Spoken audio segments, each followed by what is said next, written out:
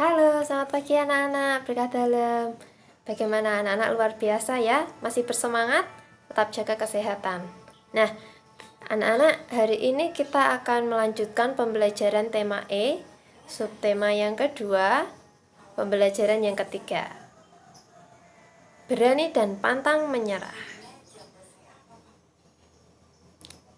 Sebelum kita belajar, kita mau berdoa bersama dulu. Ya, nah, ambil sikap doa. Marilah kita berdoa. Dalam nama Bapa dan Putra dan Roh Kudus. Amin. Allah Bapa yang penuh kasih, puji syukur, hari ini Engkau beri kami kesehatan sehingga kami bisa kembali belajar. Kiranya Engkau menyertai kami, Engkau memberkati kami sehingga apa yang kami pelajari dapat bermanfaat bagi hidup kami sehari-hari dan bisa kami amalkan untuk kebaikan dan menjadi berkat bagi orang lain di sekitar kami. Amin. Dalam nama Bapa dan Putra dan Roh Kudus. Amin. Nah, sudah siap ya? Kemarin kan anak-anak sudah belajar tentang dongeng, ya kan? Kemudian nada tinggi, nada rendah. Nah, hari ini kita akan belajar tentang membaca dongeng, serta nanti anak-anak menemukan kosakata yang terdapat dalam dongeng. Kemudian menyebutkan peninggalan-peninggalan sejarah kerajaan bercorak Hindu di daerah setempat. Sudah siap ya? Yuk. Coba anak-anak baca dongeng Roro Jonggrang ini.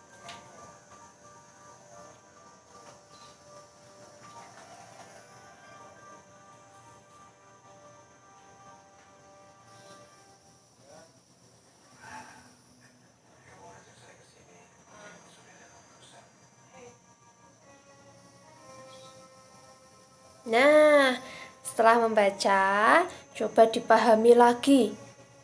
Kalau belum paham, belum terlalu paham, boleh dibaca lagi. Nah, setelah memahami betul-betul cerita Roro Jonggrang tadi, coba anak-anak menentukan 5 kosakata yang kalian belum tahu artinya, ya. Kemudian 5 kosakata itu yang menurutmu sulit, silahkan ditulis di buku dan carilah artinya dalam KBBI. Seperti biasa, mencari arti kosakata dalam KBBI. Ya, itu tugas yang pertama. Kalau sudah, nah yang berikut ini silahkan didiskusikan dengan keluargamu, orang tua, kakak, adik, paman, tante, om, Pak RT juga boleh, ya. Nih, sebutkan tokoh-tokoh dalam dongeng Roro Jonggrang. Kemudian sebutkan sikap-sikap masing-masing tokoh. Dan sikap baik apa ya yang patut kita contoh. Nah, anak-anak, tadi anak-anak sudah membaca dongeng tentang Roro Jonggrang. Tahukah kalian bahwa di Komplek Candi Prambanan, Yogyakarta terdapat Candi Siwa. Di dalam Candi Siwa tersebut terdapat arca Roro Jonggrang. Candi Prambanan merupakan salah satu bangunan peninggalan sejarah pada masa kerajaan Hindu. Dahulu, candi banyak digunakan sebagai tempat penyimpanan abu jenazah raja-raja. Ini ada peninggalan sejarah pada masa kerajaan Hindu. Coba amatilah gambar dan bacalah penjelasan-penjelasan peninggalan sejarah pada masa kerajaan Hindu berikut ini.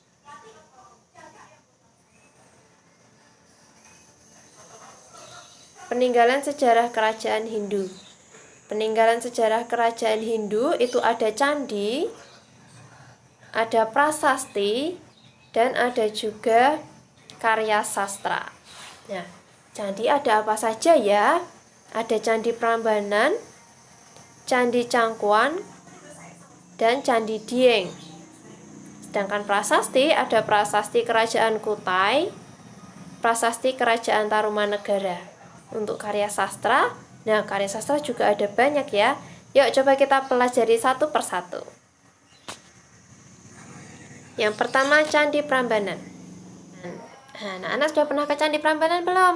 Nah, kalau belum, besok kalau ada kesempatan, boleh ajak orang tua atau keluarga ke Candi Prambanan ya. Nah, Candi Prambanan itu disebut juga dengan Candi Roro Jonggrang. Candi ini bercorak Hindu. Berdasarkan prasasti Mantiase, Siwarga, dan tulisan pendek Candi Prambanan, diketahui bahwa Candi Prambanan didirikan oleh Sri Maharaja Rakai Pitakan.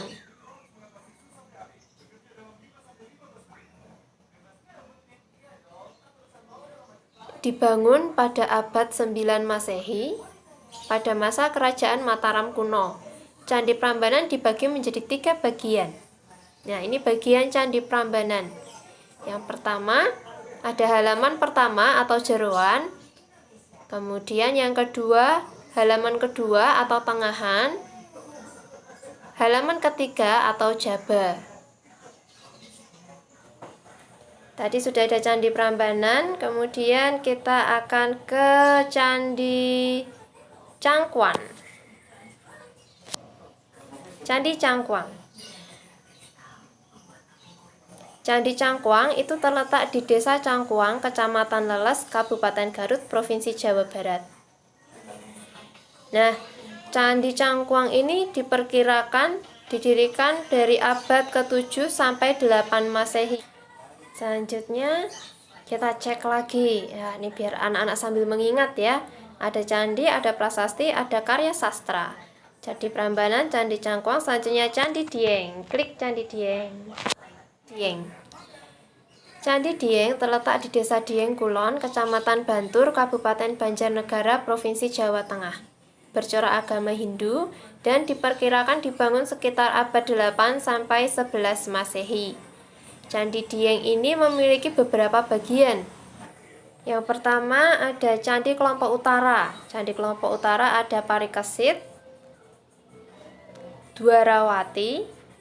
Kemudian di Candi Kelompok Tengah atau disebut Candi Pandawa ada Arjuna, ada Sri Kandi, Puntadewa, Candi Sembadra, Candi Semar. Kemudian di kelompok Candi Barat ini ada Candi Setyaki, Antareja, Petruk, Gareng, Sadewa, dan Gatotkaca. Kemudian di Candi bagian kelompok timur ada Abhiyasa dan Pandu. Di Candi kelompok selatan ada Candi Bima. Kita kembali lagi ke peninggalan sejarah kerajaan Hindu. Candi, prasasti, dan karya sastra. Candi Prambanan, Candi Cangkuang, Candi Dieng. Kemudian prasasti, kita akan belajar tentang prasasti. Ada prasasti kerajaan Kutai dan prasasti kerajaan Tarumanegara. Prasasti Kutai. Nah, ini contoh foto prasasti kerajaan Kutai. Prasasti kerajaan Tarumanegara. Ini salah satu contohnya.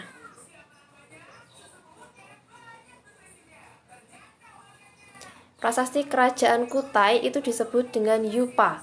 Yupa merupakan prasasti peninggalan kerajaan Kutai yang berbentuk tugu peringatan pada upacara tertentu. Tulisan pada Yupa menggunakan huruf Pallawa dan bahasanya adalah bahasa Sanskerta. Menceritakan masuknya agama Hindu ke Indonesia dan diperkirakan ada dari abad ke-4 Masehi. Prasasti Yupa membuktikan adanya kerajaan Hindu tertua di Nusantara, yaitu Kerajaan Kutai di Kalimantan Timur. Yupa dibuat oleh Raja Mulawarman sebagai bukti bahwa raja sudah mempersembahkan korban dan berbagai hadiah kepada Brahmana. Selanjutnya ada prasasti Kerajaan Tarumanegara. Prasasti yang ditemukan pada zaman Kerajaan Tarumanegara itu yang pertama ada prasasti Ciareteum, kebun kopi, prasasti jambu, prasasti pasir awi, dan prasasti Muara Cianteum. Prasasti-prasasti ini ditemukan di Bogor, Jawa Barat. Yang kedua ada prasasti Tugu. Prasasti Tugu ini ditemukan di Cilicing, Jakarta. Yang ketiga prasasti Lebak. Prasasti Lebak itu berada di Desa Lebak di tepi Sungai Cindanghiang, Banten.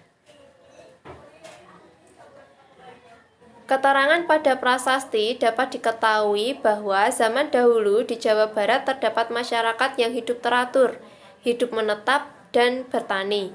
mereka hidup makmur. Untuk keperluan pengairan dibangun Sungai Gomati sepanjang 12 km. Sungai Gomati juga berguna untuk mencegah bahaya banjir. Nah, dari prasasti-prasasti ini juga dapat diketahui bahwa Raja Tarumanegara Purnawarman sangat memperhatikan rakyatnya. Jadi Raja Tarumanegara yang bernama Purnawarman ini itu sangat peduli terhadap rakyatnya. Nah, apakah anak-anak tahu prasasti kebun kopi? Nah, ini contoh gambar atau foto dari prasasti kebun kopi. Ini prasasti Jambu, prasasti Pasir Awi. Selanjutnya tentang karya sastra. Karya sastra pada saat waktu itu berupa nasihat, pujian terhadap raja yang memerintah dan cerita kepahlawanan. Karya sastra yang terkenal ada Kitab Negara Kertagama ditulis oleh Empu Prapanca, Kitab Sutasoma ditulis oleh Empu Tantular, dan Kitab Arjuna Wiwaha ditulis oleh Empu Kanwa. Nah, anak-anak, ini adalah tugas yang kedua. Anak-anak mengisi TTS ini, boleh anak-anak menggambarkan kotak-kotaknya, itu akanlah sangat lebih bagus. Atau langsung menjawab, misalnya mendatar, nomor 1, itu apa ya? Nah, jawabannya 1, 2, 3, 4, 5, yang menurun 1, 2, 6, 7, 8, dan 9. Tapi akan lebih baik dan akan lebih seru jika anak-anak menggarisi kotaknya TTS ini satu persatu, ya. Ada di buku tema halaman 89. Oke. Nah, pembelajaran hari ini sudah selesai. Jangan lupa tuliskan refleksi hari ini. Apakah kamu dapat menyebutkan peninggalan sejarah kerajaan Hindu? Dan aksinya untuk menghargai peninggalan sejarah, saya akan... Nah, terima kasih anak-anak. Pembelajaran hari ini sudah selesai. Anak-anak sudah belajar dengan baik. Kerjakan tugasnya dengan sebaik mungkin. Kita akan tutup dengan doa. Dalam nama Bapa dan Putra dan Roh Kudus. Amin. Allah Bapa yang penuh kasih, puji syukur atas penyertaan-Mu, kami dapat menyelesaikan pembelajaran hari ini dengan baik. Kiranya Engkau terus memberi kami semangat, Engkau terus memberkati kami dalam sukacita dan semangat untuk belajar lebih dan lebih lagi. Amin. Dalam nama Bapa dan Putra dan Roh Kudus. Amin. Sampai jumpa anak-anak. Jangan lupa jaga kesehatan, rajin cuci tangan, gunakan masker ketika keluar rumah. Sampai jumpa. Dadah.